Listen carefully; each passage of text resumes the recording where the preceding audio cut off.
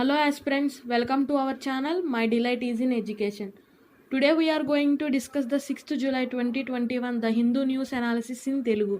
Without any delay, we move to the first article. Supreme Court aghast that Section 66A of IT Act is still used. This article comes under polity. ఈ ఆర్టికల్లో చూసుకుంటే IT act information technology యాక్ట్లో section 66ని supreme court అనేది రద్దు చేయడం అయితే జరిగింది 6 years back 2015 March 24th ఈ యాక్ట్ని స్ట్రక్ డౌన్ అయితే చేయడం జరిగింది. బట్ స్టిల్ దీన్ని యూజ్ చేసి పీపుల్ మీద కేసెస్ అనేది అయితే బుక్ చేస్తున్నారు. అసలు 66A ఐటీ యాక్ట్ అంటే ఏంటంటే ఎవరన్నా సోషల్ మీడియాలో కానీ గవర్నమెంట్ని కానీ దేనైనా కించపరిచేలా పోస్టులు చేసినా ఏది చేసినా దానికి 3 years జైలు శిక్ష అనేది ఉంటుంది. సో దానికి సంబంధించి అది రైట్ టు స్పీచ్కి భంగం కల్పిస్తుంది. అది ఒకరికి థ్రెటనింగ్గా కానీ టెర్రికల్ వేగా ఉంటేనే కానీ అది పనిచేస్తుంది, కానీ దాన్ని బాగా మిస్యూజ్ చేస్తున్నారు పొలిటీషియన్స్ కానీ ఎవరన్నా కానీ. క్రిటిసిజం అనే దాన్ని కూడా ది 66A సెక్షన్ కింద తీసుకొచ్చి బుక్ చేస్తున్నారని చెప్పి 2015లో ఫేమస్ కేసు ఉంది, Shreya Singhal versus union of India. ఆమె కేసు అప్పుడు జడ్జిమెంట్ ఇచ్చి 66 pages జడ్జిమెంట్తో దీన్ని అయితే స్ట్రక్ డౌన్ అయితే చేశారు. బట్ స్టిల్ 6 years అయిపోయింది అది రద్దు చేసి, అయినా కూడా ఇంకా దాని మీద కంప్లైంట్లు పీపుల్ మీద బుక్ చేస్తున్నారు. సో దానికి సంబంధించి సుప్రీంకోర్టు అయితే సెంట్రల్ గవర్నమెంట్ని ఆన్సర్ అడగడం అయితే జరిగింది. ఓవరాల్గా 1000 కేసెస్ల పైనే బుక్ అయింది, బ్యాన్ చేసిన ఇన్ని ఇయర్స్ తర్వాత కూడా. అంటే మిస్కమ్యూనికేషన్ అనేది ఎంత ఉందో మనకు అర్థమవుతుంది. దానికి సంబంధించే సెంట్రల్ గవర్నమెంట్కి సుప్రీంకోర్టు అయితే ఆర్డర్స్ పాస్ చేయడం అయితే జరిగింది. ఫర్దర్గా ఏమవుతుందో అప్డేట్స్ వచ్చినప్పుడు చూద్దాం. This was regarding this article. Now we're moving to next article. Survey of class 3 stands to set baseline for literary goals. This article comes under GS Paper 3 regarding governance and public schemes and programmes. ఈ ఆర్టికల్లో చూసుకుంటే మనం ఎక్కువ Nipun Bharat machine గురించి చెప్పుకోవడం అయితే జరిగింది. Nipun Bharat machine అంటే national institute for professing in reading with understanding and numeracy. ఇదేంటంటే ఈ నిపుణ్ భారత్ మిషన్ అనేది ఒక గోల్ సెట్ చేయడం జరిగింది 2026 to 2027 మధ్యలో. అంటే 2026 కల్లా ప్రతి 3rd class స్టూడెంట్కి చదవడం రాయడం అనేది రావాలని చెప్పి వీళ్ళు పెట్టడం అయితే జరిగింది. అందులో ఏంటంటే అట్లీస్ట్ 600 words per minute చదవడం అయితే రావాలి. 1 నిమిషానికి 60 పదాలు చదివే అంత నాలెడ్జ్ ఉండాలి. నెక్స్ట్ 9999 9999 వరకు నెంబర్స్ చదవడం రాయటం 2 వచ్చి ఉండాలి. అండ్ ఇంకా ఏంటంటే కొన్ని సింపుల్ మల్టిప్లికేషన్ ప్రాబ్లమ్స్ కూడా సాల్వ్ చేయడం అయితే రావాలి ఈ 3rd class స్టూడెంట్స్కి. ఎందుకు 3rd class స్టూడెంట్స్ మీద ఎంత పర్టికులర్గా అంటే 3rd తర్వాత 4th అనేది 5th అని ఇవన్నీ హయ్యర్ గ్రేడ్కి వెళ్ళిపోతాయి. అందులో మనకి మ్యాథమెటిక్స్ అని text books lessons and Telugu others అలా అని చాలా యాడ్ అవుతాయి. సో 3rd classకే బేసిక్స్ అనేవి నేర్చుకుని ఉంటే వానికి లెర్నింగ్ అనేది ఈజీ అవుతుంది 4th classకి వెళ్ళేసరికి. లేకపోతే లెర్నింగ్ గ్యాప్ అనేది వస్తుంది. అందుకనే వీళ్ళు నిపుణ్ భారత్ మిషన్ అనే దాన్ని తీసుకురావడం అయితే జరిగింది.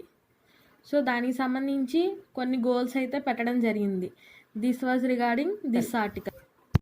Now we're moving to the next article. Cities along river adjust to include conservation plans. This article comes under GS Paper 3 under Ecology and Environment. ఇదేంటంటే క్లీన్ గంగా మిషన్ గురించి అనమాట. క్లీన్ గంగా మిషన్లో river conservation plan, cities river conservation అనే ప్లాన్ని కూడా include చేయాలని చెప్పి discussions అయితే జరుగుతున్నాయి. ఎందుకంటే మనం రివర్స్ చూస్తే రివర్ చుట్టూ సిటీస్ ఉంటాయి, అందులో హౌసెస్ ఉంటాయి, ఫ్యాక్టరీస్ ఉంటాయి, టూరిస్ట్ స్పాట్స్ ఉంటాయి. అలాంటి ప్లేసెస్లో వేస్టేజ్ అనేది చాలా ఎక్కువ రిలీజ్ అవుతుంది. అదంతా రివర్లో వేయటం వల్ల అదంతా పొల్యూషన్ వల్ల రివర్ అంతా పాడైపోతుంది. సో అందుకని ఈ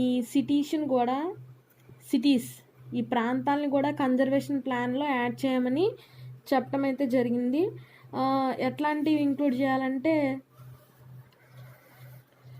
artificial intelligence, riverine biodiversity mapping and big data and citizen science for river health monitoring. Artificial intelligence use చేసి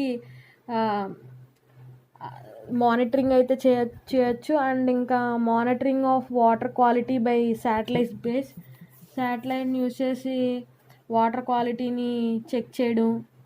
and artificial intelligence, riverine biodiversity mapping, big data and citizen science for river health monitoring, ఇంకా unmanned aerial vehicles for flat plan mapping. ఇలాంటివన్నీ use చేసి మనం water pollution అనేది తగ్గించవచ్చు.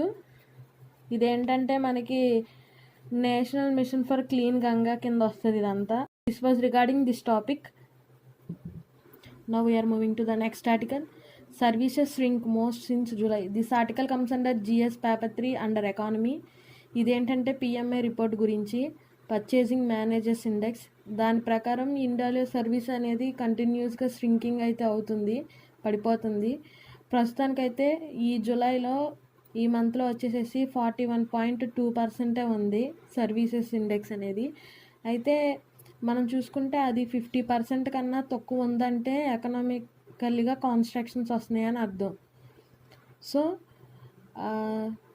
దీనికి reason ఏంటంటే మనం చూసుకుంటే మనకి సర్వీస్ సెక్టర్ అనేది చాలా పడిపోతుంది. ఎందుకంటే డిమాండ్ అనేది తగ్గిపోయింది. కన్జ్యూమర్స్ వాళ్ళ యొక్క డిమాండ్స్ అనేది తగ్గించేశారు. సో ప్రొడక్షన్ అనేది తగ్గిపోయింది. ఈ లాక్డౌన్ వల్ల ఆల్మోస్ట్ కంపెనీస్ అన్నీ షట్ డౌన్ అయిపోయినాయి. వర్కర్స్కి పని లేదు. సో కంపెనీ షట్ డౌన్ అయిపోతే దానివల్ల ప్రొడక్షన్ అనేది ఉండదు. పైగా పీపుల్ యొక్క డిమాండ్ అనేది కూడా చాలా తగ్గించేశారు. సో దీనివల్ల లాస్ ఏంటంటే ఎంప్లాయ్మెంట్ చాలా పడిపోద్ది. ఇప్పుడు పబ్లిక్ డిమాండ్ ఏం చేయట్లా. సో వాళ్ళు కంపెనీలో పనిచేసే వాళ్ళందరినీ ఫైర్ చేస్తారు, లేకపోతే సస్పెండ్ చేస్తారు, తీసేస్తారు. సో దీనివల్ల ఇండియాలో ప్రొడక్షన్ లేదు కాబట్టి ఎక్స్పోర్ట్ కూడా తగ్గిపోయింది. ఇంటర్నేషనల్ పరంగా కూడా ఇండియన్ ఎక్స్పోర్ట్స్ డిమాండ్ అనేది పడిపోయింది. కంటిన్యూస్గా 18 months నుంచి డిమాండ్ అనేది పడిపోతుంది, ఎక్స్పోర్ట్స్ డిమాండ్ అనేది. దానివల్ల సర్వీసెస్ ష్రింకింగ్ అనేది బాగా పెరిగిపోయింది. అదే ఈ ఆర్టికల్లో మనం చూసాం. This was regarding this article. Now we are moving to the next article. RBI to buy rupees 20,000 crores G6 July 8.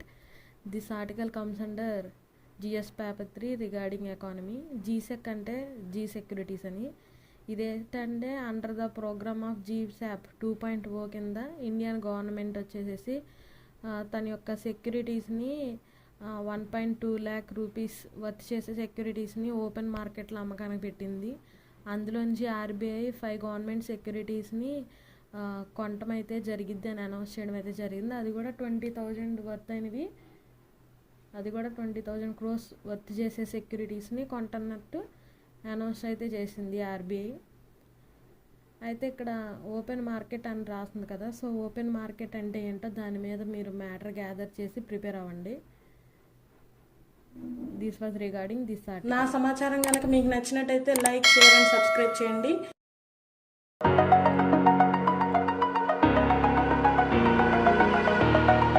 Over the edge, feel like I'm floating through